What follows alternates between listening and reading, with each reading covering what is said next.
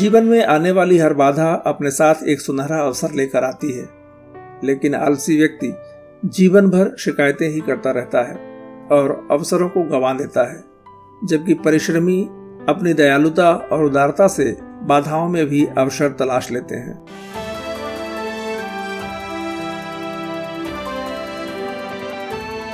MS उवाच show पर आप सुन रहे हैं प्रेरणादायक कहानियां श्रृंखला अपने दोस्त मनोज श्रीवास्तव के साथ।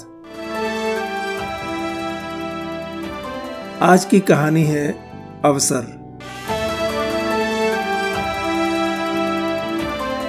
पुराने समय की बात है, एक राजा ने अपनी प्रजा की परीक्षा लेने की सोची। उसने राज्य के मुख्य मार्ग पर एक बड़ा सा पत्थर रख दिया और वहीं पास की झाड़ियों में छुप गया, यह देखने के लिए कि लोग उस पर क्या प्रतिक्रिया देते हैं। कुछ ही समय बाद वहां से राज्य के धनी व्यापारी और राजा के दरबारी गुजरे। उन्होंने उस पत्थर को देखा और इधर उधर से चले गए। राज्य के कुछ और निवासी वहां से निकले, पत्थर को देखा। किसी ने राज्य के मंत्री को भला बुरा कहा, कईयों ने तो अपने राजा को ही राज्य व्यवस्था ठीक से न चला पाने का दोषी ठहरा दिया और वहां से चले गए। राजा यह सब देखकर बड़ा दुखी हुआ। तभी एक किसान सब्जियों की बोरी अपने सिर पर रखे वहां से गुजरा। उसने रास्ते पर पड़े पत्थर को देखा और सोचा कि पता नहीं यह पत्थर कहां से आ गया, लोगों को असुविधा हो रही होगी, इसे हटाना चाहिए।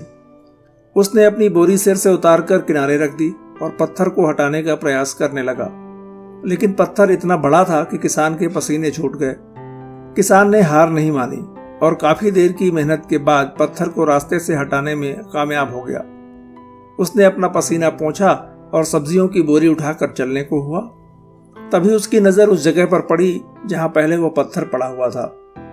उसने देखा वहां पर एक अशर्फियों से भरी थैली पड़ी हुई है।